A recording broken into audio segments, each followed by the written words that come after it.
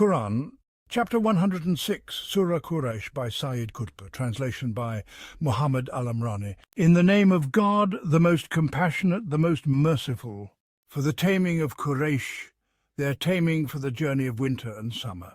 Let them worship the sustainer of this house, who has fed them, saving them from hunger, and made them safe from fear.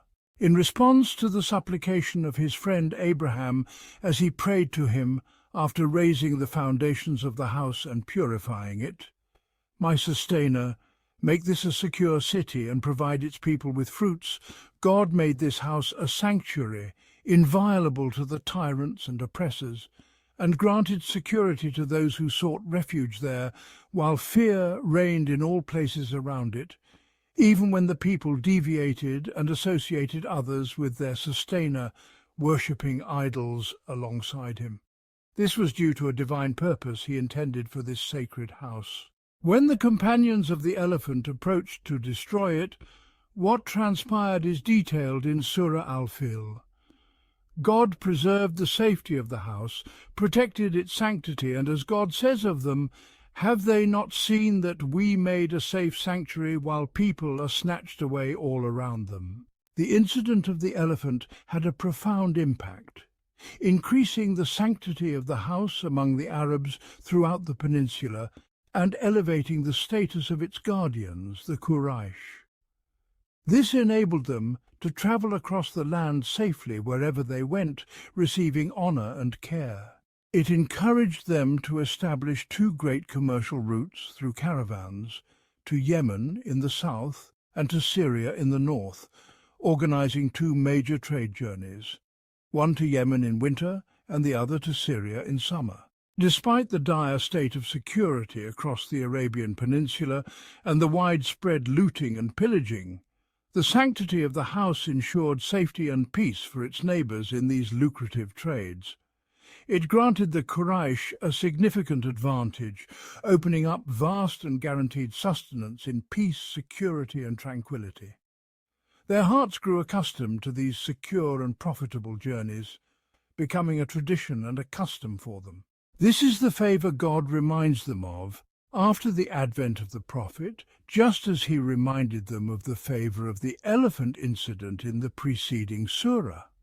The favour of their familiar journeys in winter and summer, the provision he bestowed upon them through these journeys, despite their barren land, granting them nourishment and contentment from his bounty, and the security from fear, whether in their homeland near the house of God or in their travels, under the protection of the house's sanctity, which God established and safeguarded against all aggression. He reminds them of these blessings to invoke a sense of shame for their worship of other than God alongside him, despite being the sustainer of this house, in whose vicinity they live in safety and sustenance, and whose name they invoke as they travel under his care, returning safely. He says to them, "For the taming of Quraysh, their taming for the journey of winter and summer, let them worship the sustainer of this house, who has fed them from hunger, though by the nature of their land they should have starved, and secured them from fear, though by their weakness and the surrounding conditions they should have lived in fear." This reminder stirs modesty in the souls and ignites shame in the hearts. The Quraysh were not ignorant of the value of the house and the impact of its sanctity on their lives. In times of distress and hardship, they turned solely to the sustainer of this house.